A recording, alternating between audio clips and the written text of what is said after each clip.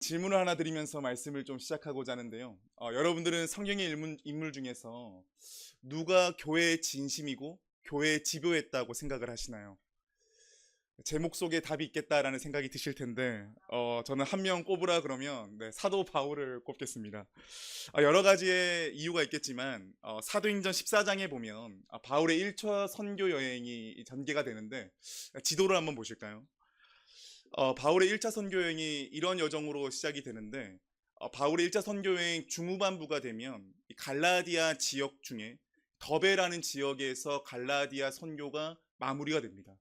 자, 그러고 나서 이 바울은 어떤 계획을 가지냐면, 이제 자신을 파송해준 수리아 안디옥 교회, 여러분들의 그 표를 보시면 선교 여정을 가장 처음 시작하는 안디옥이라고 하는 지역으로 돌아가게 되는데요. 자, 여기에서 봤을 때 내가 지금 더베에 있다 해봅시다. 갈라디아 지역 쪽에 여기 더베라고 하는 지명이 있는데, 더베에서 안디옥으로 간다 그러면 여러분 상식적으로 내가 지금 이제 돌아간다라고 했을 때 여러분들은 경로를 어떻게 가져가시겠습니까? 그렇죠. 예. 아유, 여러분 아주 감사합니다. 그렇죠. 상식적으로는 안전하고 빠르게 가는 게 가장 좋죠. 그러면 육로로 가는 게 가장 좋습니다. 자, 그러면 어떻게 하는 게 더 좋은가 또 보니까, 아까 우리 몇몇 권사님들이 지명을 구체적으로 말씀해 주셔서 너무 감사했는데, 보면 길리리아라고 하는 지역에 다소라고 하는 지역이 있죠. 다소라는 지역은 어떤 지역이냐면 바울의 고향입니다. 그럼 제가 바울이다 어떻게 했을 것 같냐면요, 이 선교도 끝났겠다 그러면 집에 가서 좀 따뜻한 밥 먹고, 그러고 나서 안디옥 교회 돌아가면 이 최고의 루트겠다라는 생각이 듭니다. 자, 그런데 여러분 지도를 보니까 바울은 어떻게 갔죠? 육로로 가지 않습니다. 더베에서 본인이 지나왔던 루스드라와 이고니온과 비스디아 안디옥을 다시 돌아가는 선택을 합니다.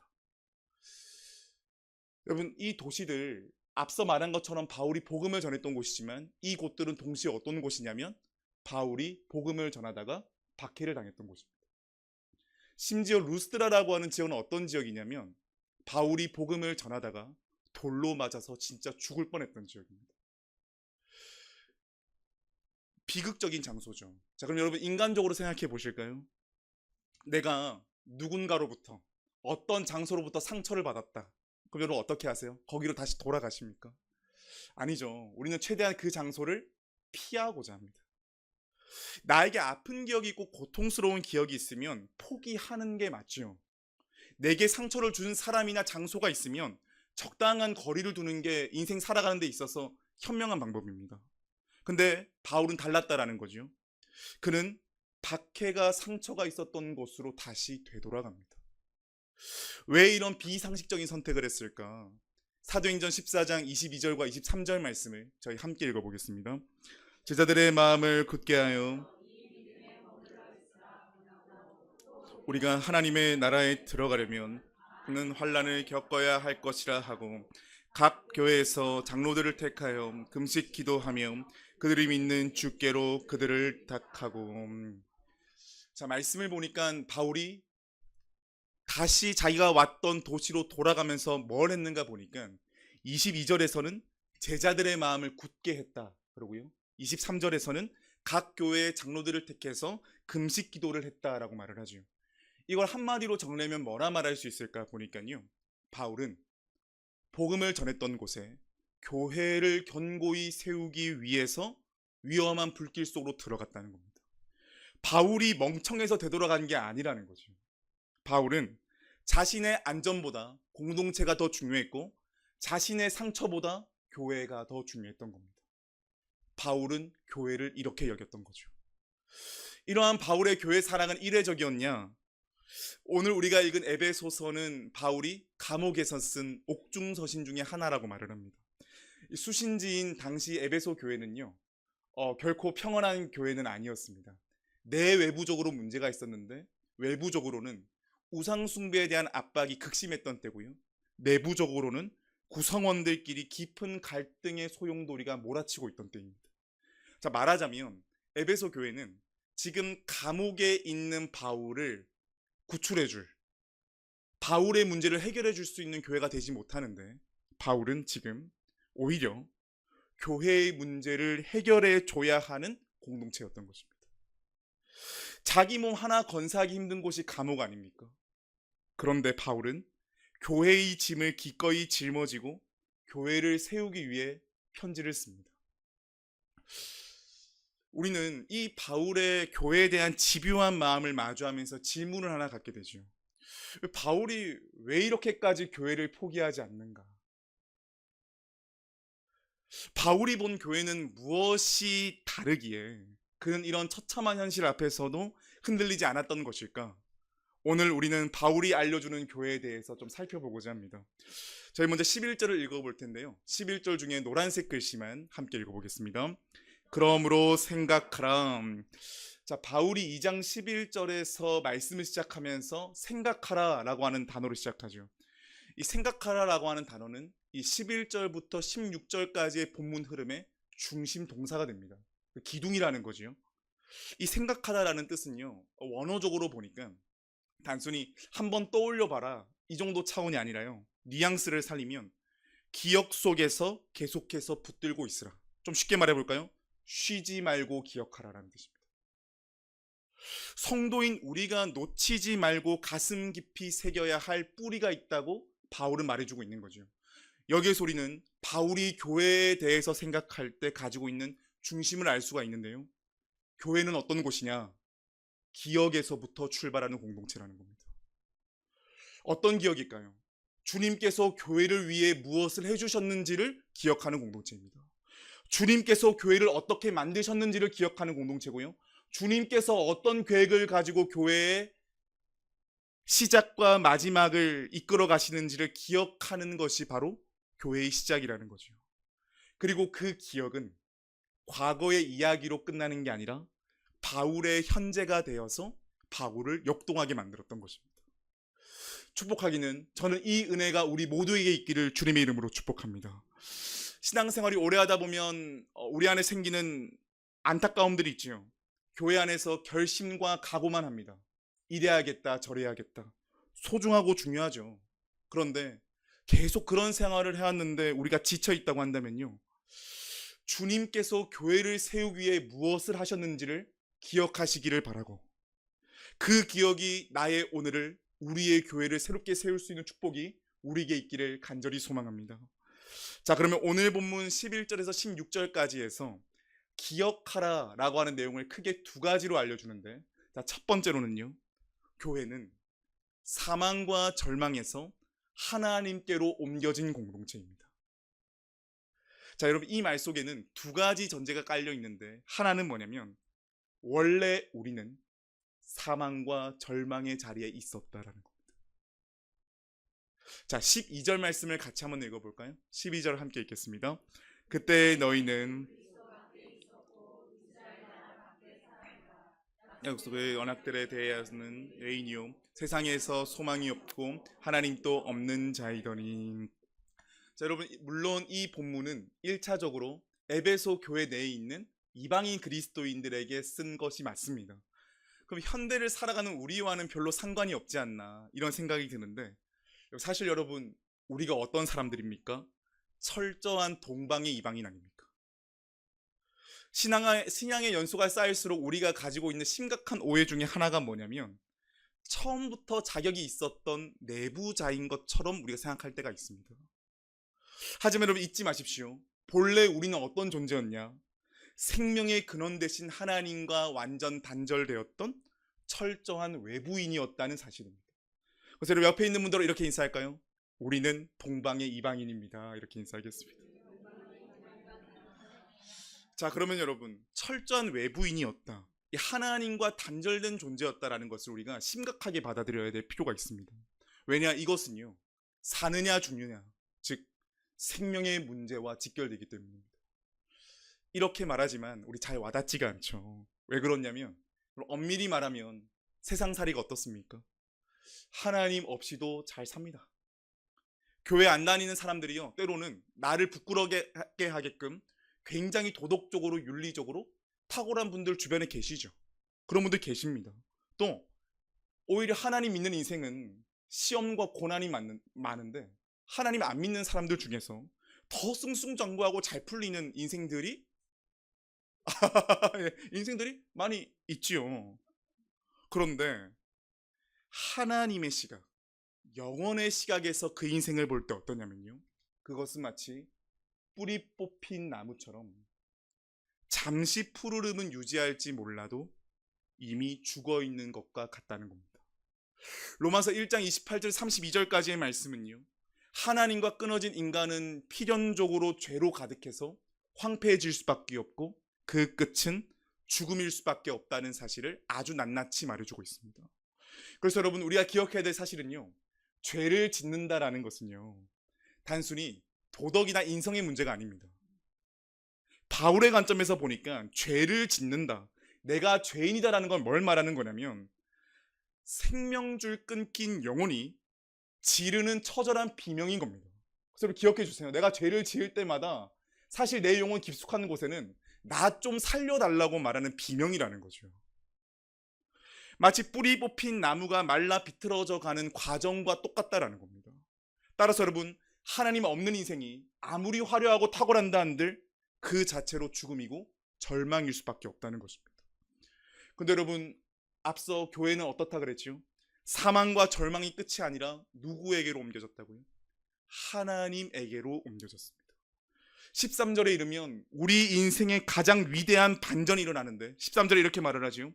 이제는 전에 멀리 있던 너희가 그리스도 예수 안에서 그리스도의 피로 가까워졌느니라. 할렐루야.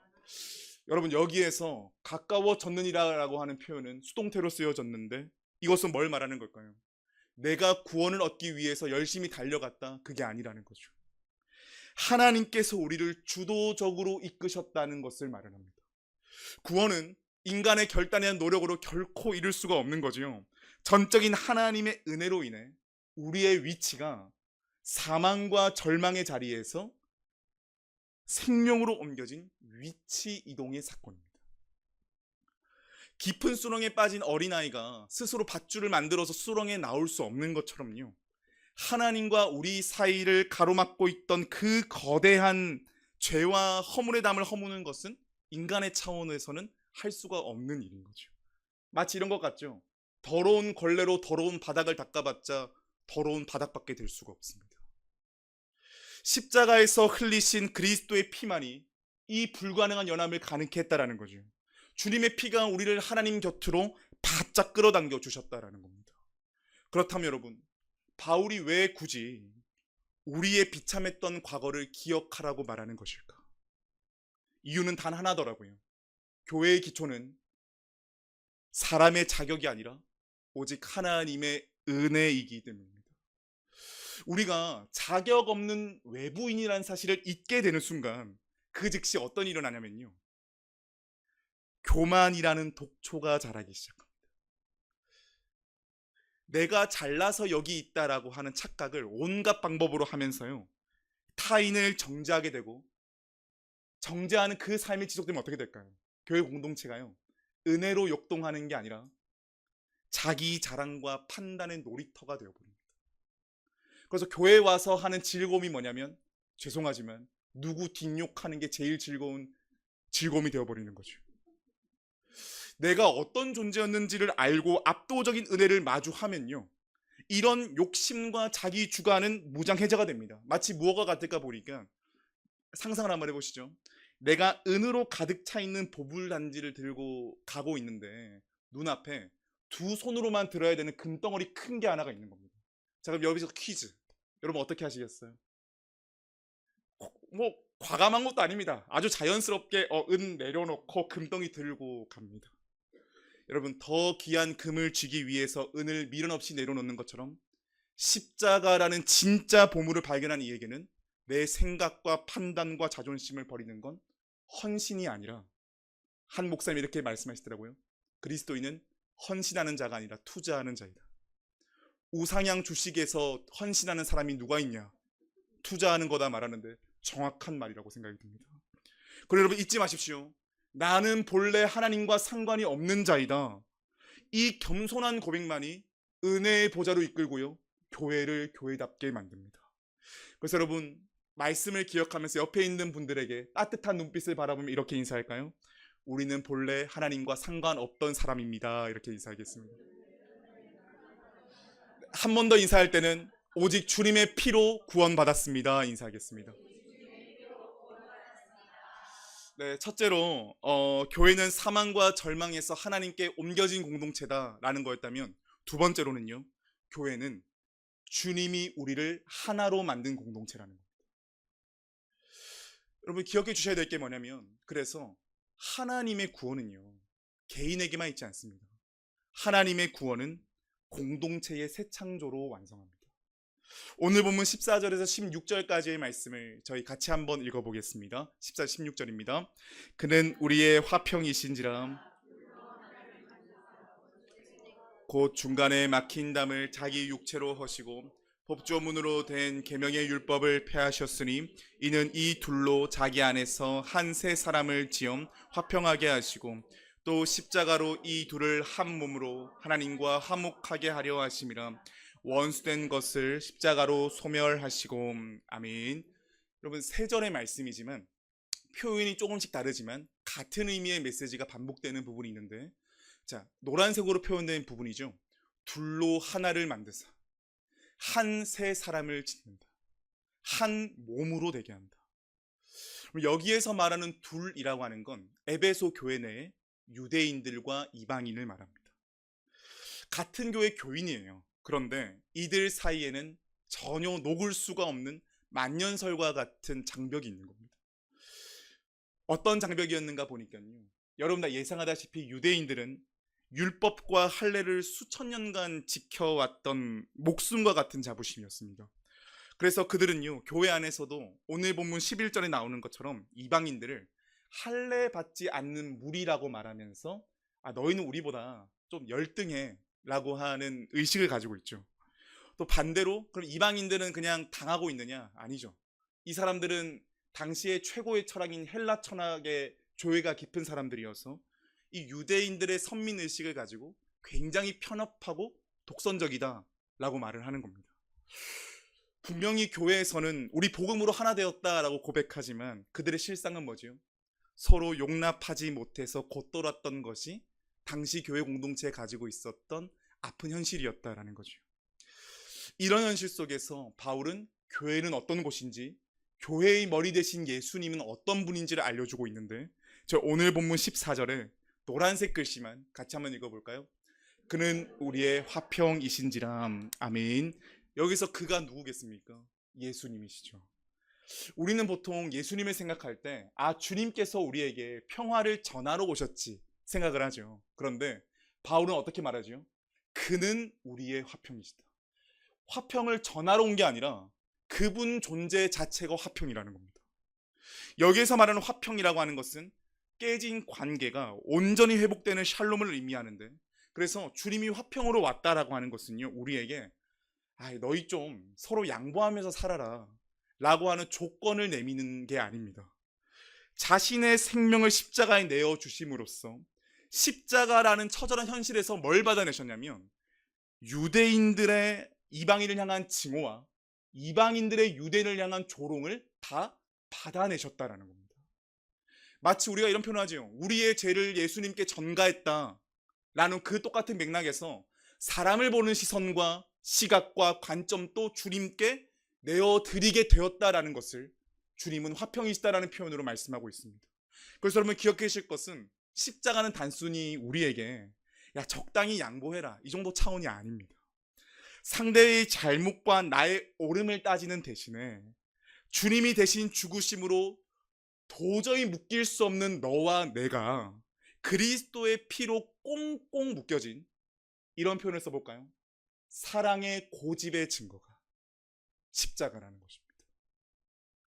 내가 죽더라도 너희와 하나 되겠다, 서로 하나 되게 만들겠다라고 하는 이 하나님의 주님의 지독한 연합의 능력이 오늘 우리로 하여금 이 자리에 모여서 하나님을 예배하는 교회로 모여졌다라는 거죠. 자, 그러면 이렇게 사랑의 고집으로 묶여진, 지독한 연합의 능력으로 묶여진 교회에 대한 하나님의 비전과 계획은 무엇인가? 15절 말씀인데요, 함께 읽어보겠습니다. 법조문으로 된 계명의 율법을 폐하셨으니 이는 이 둘로 자기 안에서 한 세 사람을 지어 화평하게 하시고. 자, 세상은 연합하는 데에 있어서 양보하라고 타협하라고 말을 하지만 주님의 관점은 다릅니다. 둘을 가지고 하나의 한 세 사람을 창조했다라고 말을 하죠. 여기서 새롭다라고 하는 것은 헬라어로 카이노스라고 말하는데 질적으로 완전히 새로워졌다라는 의미를 가지고 있습니다. 그럼 이 말은 어떤 의미를 가지고 있는 거냐면 바울이 교회를 볼 때 교회는 유대인의 것도 아니고 이방인의 것도 아닌 겁니다. 오직 그리스도 안에서 새로운 정체성을 부여받은 새로운 인류가 탄생하게 된 것입니다. 그래서 한 목사님이 이렇게 표현하더라고요. 교회는 어떤 곳이냐? 새 인류 공동체다. 이것을 빌립보서 3장 20절에서는요 이렇게 표현하죠. 그래서 성도의 시민권이 어디에 있다 말합니까? 하늘에 있다 말을 하죠. 이 말은 무슨 말이냐? 단순히 우리 죽어서 천국 간다 이 정도 차원이 아니라요. 세상의 국적과 가문과 학벌이라는 옛자의 옷을 십자가 앞에서 벗어버리고 하늘나라의 시민이라고 하는 새로운 신분으로 살게 되었다라는 것을 말합니다.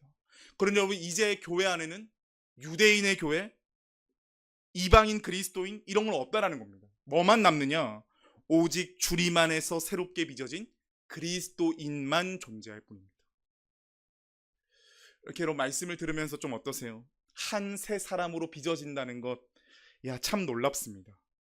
그런데 솔직히 우리 마음 한켠에 이런 생각 들지 않나요? 이상적으로만 좀 느껴지지 않습니까? 이 오를 수 없는 나무를 주님께서 우리에게 제시한 게 아닌가 이런 생각이 들 수 있습니다. 그런데 놀랍게도요, 교회는 역사 속에서 이것을 증명하며 왔더라고요. 특별히 우리 한국 교회사에서도요, 이 세 사람의 신비가 찬란하게 있었던 흔적이 있습니다. 이 전북 김제에 가면 금산교회라는 교회가 있거든요. 그 교회가 역사가 120년이 좀 넘은 교회입니다. 이 교회가 제일 처음 세워졌을 때가 1905년으로 추정이 되는데 이 당시 마을에서 가장 큰 부자였던 지주 조덕삼 영수라고 하는 사람과 그 집에서 말을 관리하던 머슴 이자익 영수라고 하는 사람이 같이 신앙생활을 하고 있었습니다. 여러분 영수라는 직분이 좀 특이하게 들릴 텐데 이 영수라는 직분은요, 이 초기 한국 교회에서 이 장로 직분이 세워지기 전에 교회의 영적이고 행정적인 리더십을 일컬어서 영수라고 불렀습니다. 그러니 여러분 생각해 보시면 이 교회는 교회의 구성원 중에 어떤 구성원들이 있는 거죠? 집에서는 주인과 머슴이지만 교회에서는 나란히 영수라 불리면서 교회를 섬겼던 거죠. 그러다가 1907년에요. 이 교회가 성장하면서 정식으로 당회를 구성하기 위해서 장로 투표에 들어가게 된 것입니다. 여러분 당시 분위기가 어땠을까요? 누구나 당연히 이 지역의 유지이자 교회의 기틀을 닦았던 이 지주 조덕삼 영수가 장로가 되는 것이 자연스러울 것이고 그게 마땅하다라고 많은 사람들이 생각을 했습니다. 하지만 여러분 결과는요 충격적입니다. 투표는 아시죠? 끝까지 열어봐야 안다라고 하는 것을 다 아실 겁니다. 투표함을 열어봤는데 이게 무슨 일입니까? 주인인 조덕삼은 떨어지고 머슴인 이자익이 장로로 선출이 된 겁니다. 여러분 1905년이면 어떤 사회입니까? 조선 후기 사회이고 신분제가 엄격했던 때죠. 이건요 이 개인 간의 자존심의 문제가 아니라요 이 마을을 뒤집어질 만한 이 정말 천지개벽할 일이 되는 겁니다. 여러분 불편하겠지만 잠깐 여기로 내가 들어가 있다고 생각을 해보자고요. 선거 결과 발표됐어요. 이자익 당선이 아니죠. 선출됐다고 나왔다 봅시다. 여러분 장내 분위기 어땠을까요? 손뼉을 마음껏 치기가 애매해지는 겁니다. 숨막히는 정적이 흐르고 교인들은 어떨까요? 서로 눈치를 봅니다. 야 이거 진짜 맞아? 다시 검수해 봐야 되는 거 아니야? 라고 하는 그런 말들이 막 웅성웅성하게 막 들리겠죠. 그리고 당선된 사람도 이자익 영수도 어떤 마음이겠습니까? 아 주님 감사합니다 막 이런 마음만 차오르었을까? 당혹함과 미안함이 차오르지 않았을까요? 또 심지어 여러분 이 두 사람은 어떻죠? 집이 같습니다. 끝나고 가면 집을 같이 가야 되는 사람인 거예요.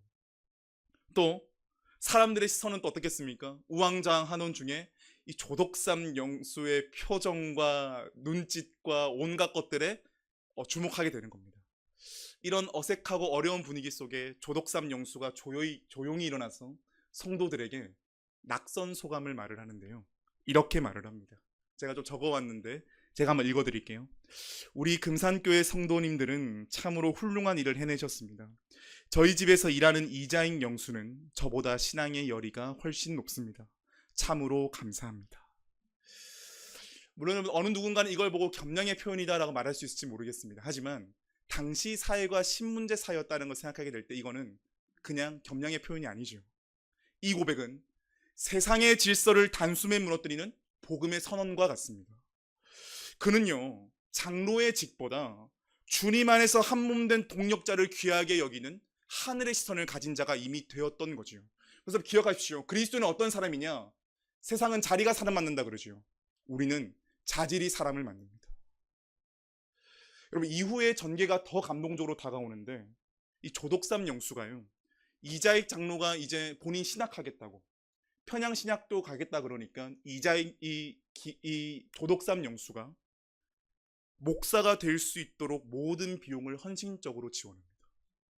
그리고 훗날 이자익 영수가 이제 이자익 목사님이 됐을 때 장로가 된 조독삼은 목사님을 자기 교회 담임 목사님으로 청빙을 하게 됩니다. 그래서 여러분, 이 교회는 별명이 있는데요.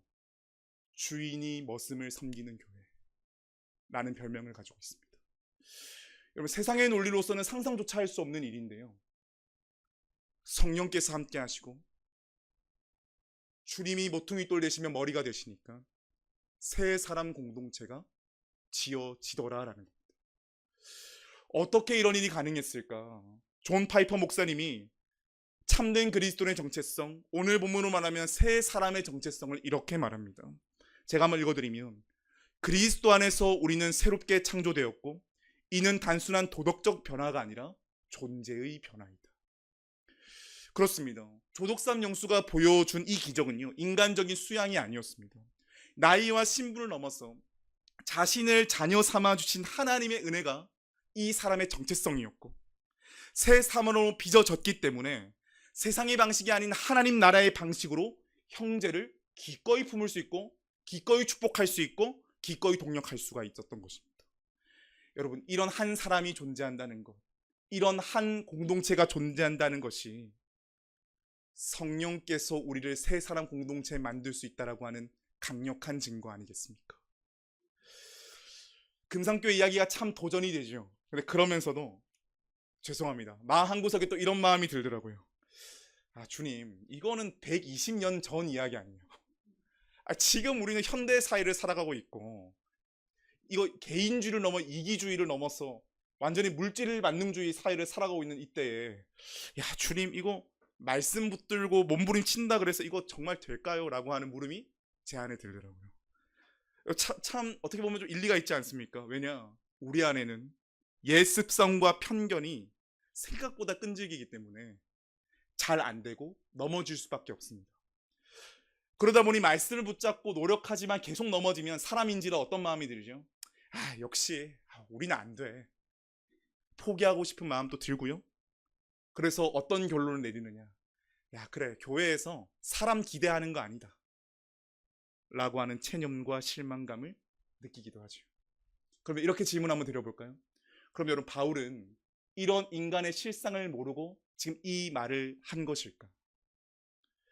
저는 말씀을 보다 보니까요, 바울은 이 고민을 누구보다도 정확히 꿰뚫고 치열하게 했던 사람이더라고요. 그 흔적이 어디 있냐면, 여러분 21절과 22절을 눈으로 보시면 이런 표현이 있죠. 21절 보니까 주 안에서 성전이 되어가고, 또 22절 보니까 함께 지어져 간다라고 말을 합니다. 무슨 말입니까? 교회는 완성품이 아니라 과정인 것입니다. 온누리교회 설립 목사님이었던 하용조 목사님이 생전에 이런 말씀하셨더라고요. 교회는 완성된 건물이 아니라 공사 중인 현장이다. 여러분, 교회가 공사 중인 현장이라는 것은 동시에 뭘 말하는 걸까요? 내 인생이요, 공사 중이라는 말입니다. 여러분, 축복하며 옆 사람과 인사하겠습니다. 제가 공사 중입니다. 이렇게 인사하겠습니다. 여러분, 공사 현장이 어떤 현장이지요? 먼지가 날리고 소음이 가득하고요. 꼴불견인 모습도 있고, 때를 따라서는 야, 이거 진짜 건물이 지어지기는 하는 거냐고 라고 하는 생각이 들 수도 있습니다. 교회도 마찬가지 아닌가요? 지어져가는 과정이기에 서로 부딪히죠. 또 의도치 않게, 또 어떤 때는 의도적으로 말의 파편에 상처를 입히기도 하고 입기도 합니다.